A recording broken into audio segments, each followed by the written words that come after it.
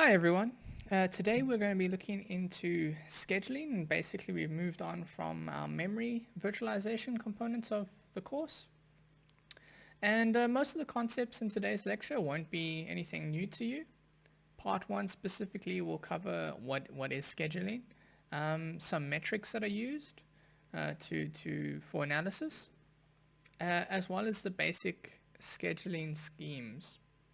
So these scheduling schemes will appear quite familiar, as they're similar to what is used before in terms of memory management. And finally, in part 2 of the scheduling lecture, we will look into some more advanced schemes. And just a recap on what we handled in the previous lecture, and that was obviously swapping, which was basically how the operating system moves pages between memory and storage as a way of alleviating demand on our physical memory. Okay, so going on to today's lecture, the first question is, well, what is scheduling?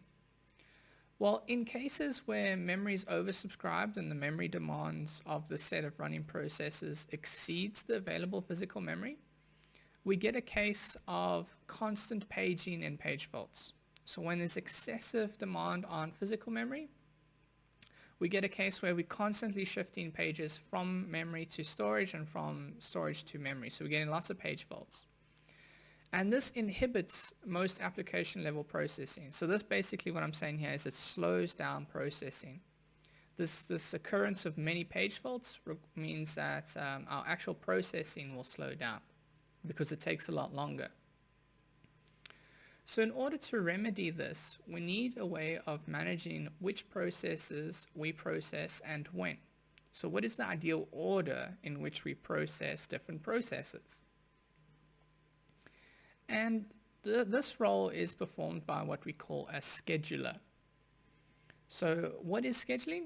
Well, process scheduling is the activity of the process manager or scheduler that handles the removal of the running process from the CPU and the selection of another process on the basis of a particular strategy. So the scheduler basically decides which processes we should remove from currently running on the CPU and which processes we should replace based on some strategy or scheme, in other words. Now, before we can get into this a little bit, we just have to understand one thing regarding processes and regarding all processes in memory at the same time. And that is the process state transition. So in order for us to be able to schedule processes, we need to keep track of some additional information regarding that process. And this additional information is the state of a particular process. So this means like whether a process is currently being run or is currently running on the CPU, so it would be in the running state. If a process is loaded into memory but is not in the CPU, well, then it would be in the ready state. And if a process is currently waiting for some sort of input-output from a user, then it would be in the blocked state. So in summary, the scheduler determines when a process moves from one of these states to another, and the decision is based on some scheduling scheme. So if a process is currently running and the scheduler decides that, okay, we need to stop this process for a little bit and then maybe make another process run, so then it will be descheduled. So it will be descheduled, so it moved from running to ready. And vice versa, if a process wants, if the scheduler deems that another process should be run at the moment, then it will move from ready to running and it will be scheduled. An additional case is when it's running and there is some like input-output initiated, well then the scheduler moves that process from running to blocked. And a case of this is like when the process is asking for like a user input, maybe to type something in the keyboard or something like that. So then the question becomes, well, how do we know which scheme to use? Well, in order to answer that, we need to be able to compare the performance of different schemes. And that's what we're going to be looking at on the next slide. But just before I get there, This information regarding the states of each process is stored in what they call the process list. And that basically just keeps track of the states of each process. Okay, so how do we measure performance? Well, we utilize metrics. And one such metric is our turnaround time, and this is a performance metric. And this is basically the time at which the job completes minus the time at which the job arrived. And that is your turnaround time, represented by this formula. Now, performance metrics are one type of metric, but you also get another one, and these are your fairness metrics. And one such fairness metric is response time. And both of these metrics, these types of metrics, are used in scheduling, but usually they're at odds with each other. So if you want to try optimize for turnaround time, you'll end up hindering your response time. And if you try optimize for like response time, you'll find that your turnaround time probably suffers. So just before I move on, what is fairness? So hypothetically, is it fair if process A, for example, processes until completion, and then another process is then processed afterwards? Was that fair for process B, for example, that process A got processed until completion before it? Well, for process A, that's really, like process A would be really happy, but process B might not be as happy because it had to wait all that time. So in terms of what we're talking about fairness and response time, it's minimizing the time at which it takes for a process to start being processed. It doesn't really consider how long it takes, but it's considering when it first starts being processed. And later on in today's lecture, we'll see how these are used, so you'll get a bit of a better understanding then. Okay, so different types of scheduling schemes. So our basic ones, which we're going to be looking at in this part 1, is FIFO, shortest job first, and round robin.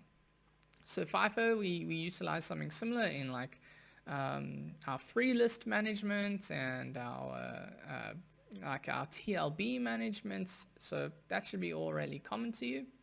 And we're going to look at a couple examples now of how schedulers work in terms of a FIFO scheme. Okay. So FIFO, first in, first out, or first come, first served, is basically operates like a queue operates. And it is very simple and easy to implement, so that's like obviously the benefit.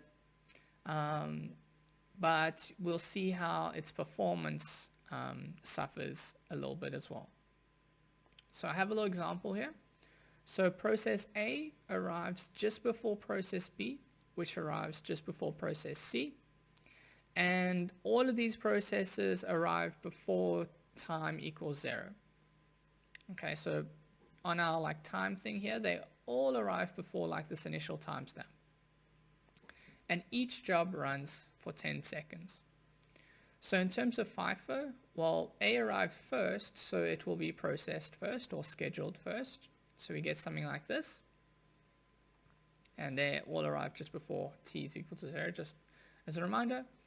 And we know that each job runs for 10 seconds, so we can see that this block for process A runs for 10 seconds. Well, so that was then processed. And what would have been scheduled second? Well, B, right? Because it came in second.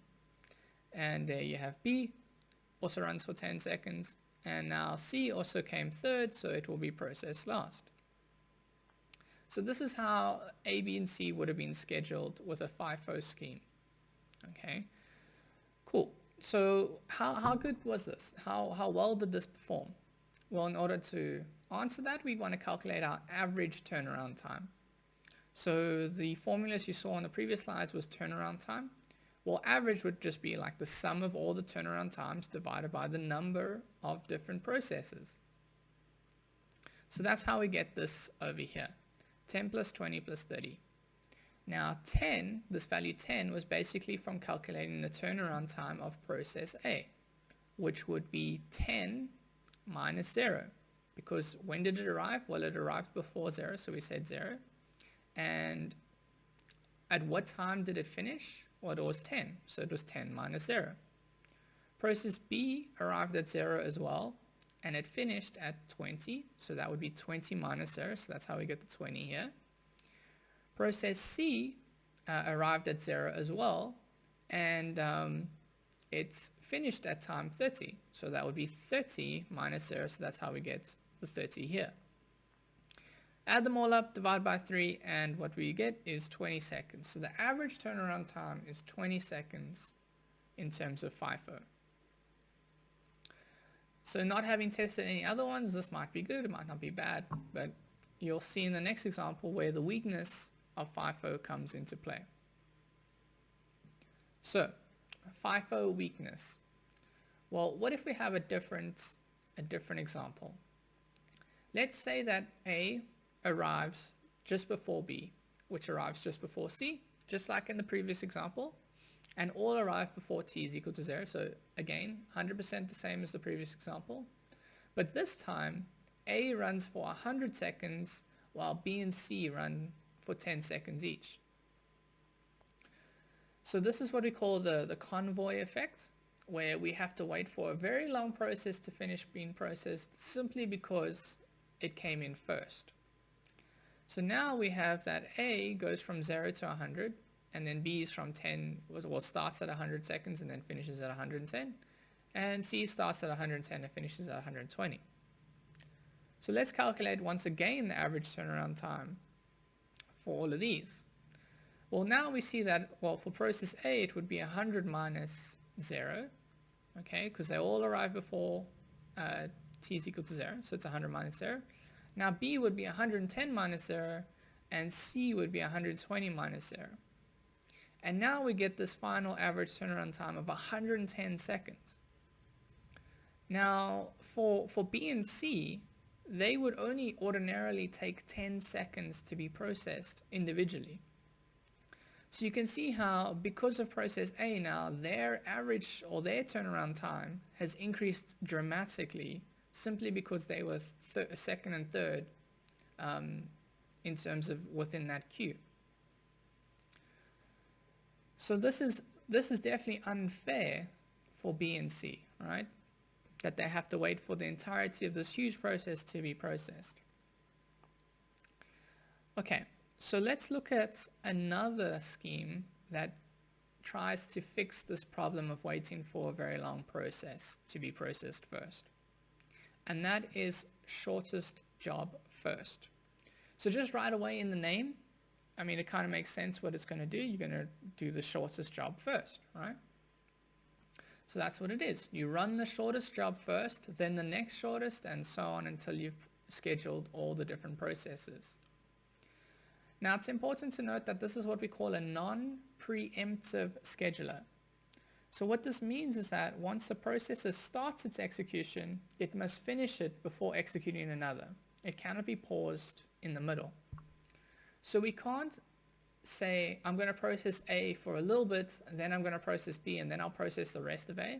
We can't do that because it is a non-preemptive scheduler. Once a process is started, it has to run until completion. Okay, and we'll get examples of preemptive schedulers in a little bit. Cool. So our example, A arrived just before B, which arrived just before C, and all arrived before t is equal to 0, so the same as before. A runs for 100, B and C 10 each. So this was exactly the same as the very last example. Okay, so using shortest job first, we pick which one is shortest. So we know B and C are shortest, and you can just randomly pick between them. And what we get is we run B first. Okay, and B runs from 0 to 10 seconds. And then we'll pick C, because it is the next shortest. And then finally we'll pick A, which is, again, it's the next shortest, but it's the last one as well. And this is now what our scheduling scheme looks like. It goes B, C, A, instead of A, B, C as before. And once again, we calculate our average turnaround time, and this time we see that it's way less.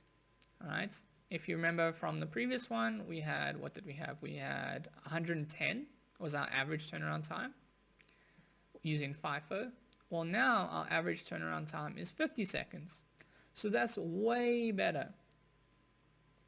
And once again, how do we get that? Well, the 120 is from process A, which is 120 minus 0, because they all arrive at 0. 20 is from process C, which is because it finishes at 20. 20 minus 0 is 20. And the first one is 10, because it finishes at 10 minus 0, and that's how you get 10. Pretty easy. So we can see immediately, well, shortest job first is way better than FIFO for this particular example. Okay, now processes aren't always as nice as this, right? They don't always all arrive before time is equal to 0, but they might arrive later. So another example is if we utilize shortest job first with some late arrivals. So what do I mean by late arrivals? Well, in this example, we say A arrives at t is equal to 0 and needs to run for 100 seconds like before. And what happens with B and C? Well, they arrive at t is equal to 10 and each need to run for 10 seconds. Okay, so now we can see that, well, we kind of get a similar schedule to what FIFO would give us. And that's simply because what ends up happening is that since it is a non-preemptive scheduler, A arrives first. It then says, well, of the processes that I have available, I only have A. So therefore, it's definitely the shortest, so I'm going to run it. And then later on, B and C arrive, and they're equally long, so it doesn't really matter. It could be BC or CB, and it schedules those ones afterwards. But it has to go through the whole of processing A. So what we get is we get a schedule that is very similar to FIFO. Now though, if we calculate the average turnaround time, we get something a little bit different as well. So here we have 100, which would be for process A, and it's 100 minus, when did it arrive? At 0, so 100 minus 0 is 100. For B, it finishes at 110, so that's this one here, and it arrived at 10, so it's no longer minusing 0 for all the time, it's whenever it arrives, right? And B and C arrive at 10. So it's 110 minus 10, and C is 120 minus 10. So if we take the average of those, you get 103 and 0.33 seconds. So it's still, once again, it's not very good. Simply because it can't make use of picking the shortest job first, because the shortest jobs haven't arrived yet. Okay. So now there is a slightly different or an optimization of shortest job first, which is called shortest time to completion first, or STCF. And this is a optimization where we add preemption to shortest job first. So remember when I said non-preemptive means that once a job is started, it can't be paused. It has to be run until completion.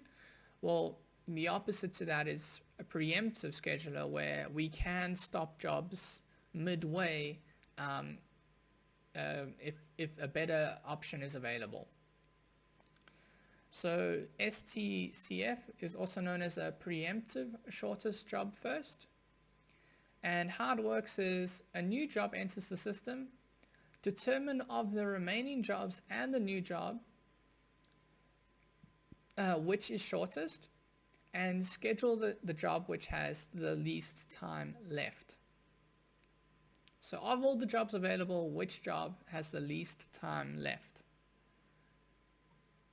Okay, so now we get a different diagram, right? Something that is slightly better. We still have the same example, right? A arrives at T0, 100 seconds, just like before. B and C at 10 and 10 seconds each. Okay, so what ends up happening? Well, at T0, our scheduler only has process A. It's the shortest process by default. So we start processing process A. Okay. Then what happens is B and C arrives. So now it says to itself, okay, of all my current jobs and the new jobs, which one is the shortest? And it decides that, well, B is the shortest. So at this point, it now says, okay, I'm going to stop processing A and I'm going to start processing B. I'm going to deschedule A, if you remember back to that diagram, and I'm going to schedule B. Okay, B then runs to completion, and then of the remaining jobs now, which would only be A and C, which one would finish first? Well, it would be C, right? Because A still has it has 90 seconds still to be processed because it had already done 10, so it has 90 left. And C only has 10 seconds of processing required. So it schedules C, and A is still descheduled. C then finishes, and then, well, there's only A left, so it schedules A. So now we get this more of like a hybrid looking timeline, right? Where A started and it was stopped, and then B and C started and finished, and then A was rescheduled. So how does this affect our turnaround time? Well, now process A arrived at 0 and it finished at 120. Okay, so there's no, like, we're not cutting up our thing and doing multiple chunks for all A's. We're just doing it all in one go. And that's how we get 120 minus 0. Then for process B, well, we know that it arrived at 10 and it finished at 20, so it's 20 minus 10. Process C arrived at 10 as well, and it finished at 30, so that's why it's 30 minus 10. And now we see that, well, our average turnaround time is now 50 seconds. So on average, we're doing way better than this 103 seconds. We've basically halved it and a little bit more, right? So you can see now, if we're utilizing shortest time to completion first, it is a slightly smarter scheduler because it's preempting, right? It's thinking that, okay, well, when new jobs arrive, I should think about which ones I should schedule from those instead of processing each job to completion. Cool, so that sounds really good, right? Well, what is the catch? Well, our STCF and related schemes are not particularly good for response time. And remember, our response time was our fairness metric. So all along now we've been looking at turnaround time. How does it perform with respect to response time? So the question is, well, how can we build a scheduler that is sensitive to response time, so a fairness metric? So round robin is fair because each process gets a turn on the CPU, but it performs poorly on metrics such as turnaround time. So its performance metrics are bad, but its fairness metrics are good. So here is an example where we have processes A, B, and C which arrive at the same time, and they each wish to run for 5 seconds. So in this case, we have shortest job first, where A was deemed the shortest of the 5, even though of the 3, even though they're all the same, so it went A, B, C. And the average response time was 0 plus 5 plus 10 divided by 3. And remember, average response time was the difference between the time that it arrived versus the time that it started being processed. So they all arrived at 5 seconds, at 0. So we have that process A started at 0, so it would have been 0 minus 0, which is 0. Process B started at 5, so it would have been 5 minus 0, which is 5. And C was scheduled at 10, so it was 10 minus 0, which is 10. Divide those all by 3 and you get 5 seconds. So here the average response time is 5 seconds, and this is an example of a bad response time. Now with, say, round robin, we have something slightly different. So in this example, we utilize round robin with a time slice of 1 second. So a process can only be scheduled for 1 second, and then the next process will be scheduled, and then the next, and then the next.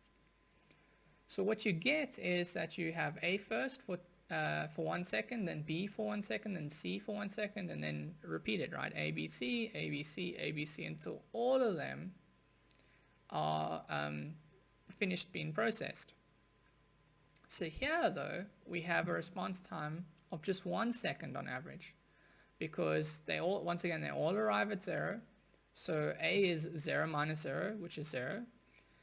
B, we see it starts being processed at 1 second, so it's 1 minus 0, which is 1. C starts being processed at 2 seconds, so it's 2 minus 0, which is 2.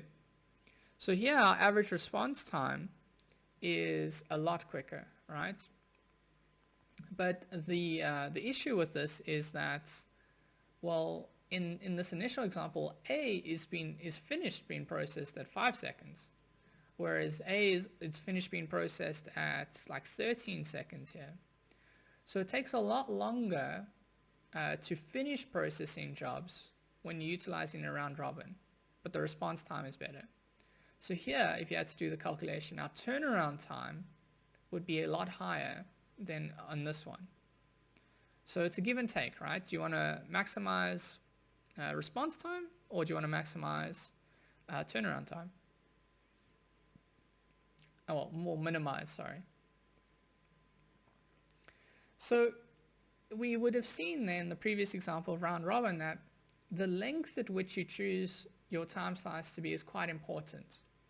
The shorter the time slice, as we saw in the previous example, the better the response time. But we'll have to deal with the cost of context switching, which will dominate the overall performance, right? Because in this case here, look at all the different context switches we had to do, right? Here we just had A switch to B, which would be 1, B switch to C, which would be 2. But here we have 1, 2, 3, 4, 5, 6, 7, 8, 9, 10, 11, 12, 13, 14 context switches. And that switching does take up some time. So the shorter the time slice, the more the cost of context switching will dominate your overall performance. The alternative to that is if you have the longer the time slice, you're basically reducing, so amortize is like a fancy way of saying reducing, and you'll see this in the notes, but don't be too scared, it's just reducing. The longer the time slice, you're basically like reducing the cost of switching because you're minimizing the number of switches that occur. But this leads to a worse response time, just like you saw in the previous example.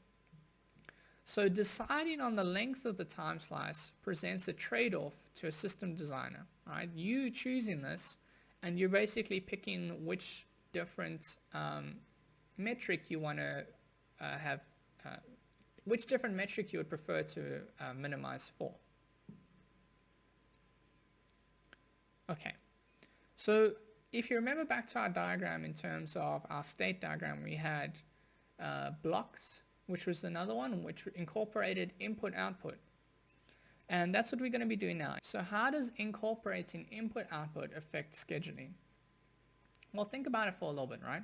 When a job initiates an input-output request, the job is moved to the block state and is basically not doing anything. It's not being processed, no more instructions are being processed. It's simply waiting for some input-output completion. So it's not doing anything.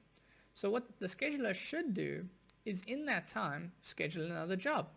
Make use of the CPU all the time. And that's what we'll be demonstrating later now. And finally, when the input-output then completes, an interrupt will be raised, and the operating system and the scheduler can move that process from the blocked state back to the ready state so that it can be processed once again. So the idea here is that we just want to make use of the CPU while processes are waiting for input-output. So once again, we have quite a few examples this lecture, and it's exactly the same when talking about input-output. Here we have process A and B, which need 50 milliseconds of CPU time each. So they each need to run for 50 milliseconds. A, we know, runs for 10 milliseconds and then issues an input-output request. And these input-output requests take 10 milliseconds. However, B simply just uses the CPU for 50 milliseconds and performs no input-output. The scheduler decides to run A first and then B after. So let's see what happens if we aren't smart about how we utilize the CPU. Okay, so here we have a little diagram of a poor use of resources. So once again, just from that example, we know that A runs for 10 seconds and then waits 10 seconds for input output, or it doesn't, it does. And then it runs another 10 seconds, has another input, output, it runs for 10 seconds, once again waits for input, output, runs for 10 seconds, once again waits for input, output, and then finally completes. 10 milliseconds, apologies. So here we can see on the top bunch of squares, we have the time that the process is being processed on the CPU, and on the bottom we have the time taken for waiting for input, output. So in these gaps here, our CPU is basically not doing anything, it's just waiting. So this means that after a period of time, we've inefficiently utilized this time, and that results in us taking 140 milliseconds to process both of these processes. Now, what happens if we were a little bit smarter about how we utilize these gaps? Well, in this case, we can maximize the CPU utilization. So now, in between those times where we're waiting, we can simply say, okay, well, let's schedule B for a little bit while we wait. And during that time, we can actually process most of process B. So here, this overlap allows better use of resources. And what do we note? Well, where before it took us 140 milliseconds to finish processing both, now it only takes us 100 milliseconds. So that's obviously way better. So how is input-output incorporated? Well, it is incorporated by processing or scheduling other processes in the gaps that are created through the waiting of input-output. Okay, so that brings us to the end of part 1. Both of these lectures won't be, or these parts won't be very long. Scheduling is not like a massive part, and it's fairly easy to understand. So thank you all for listening, and I'll see you in part 2.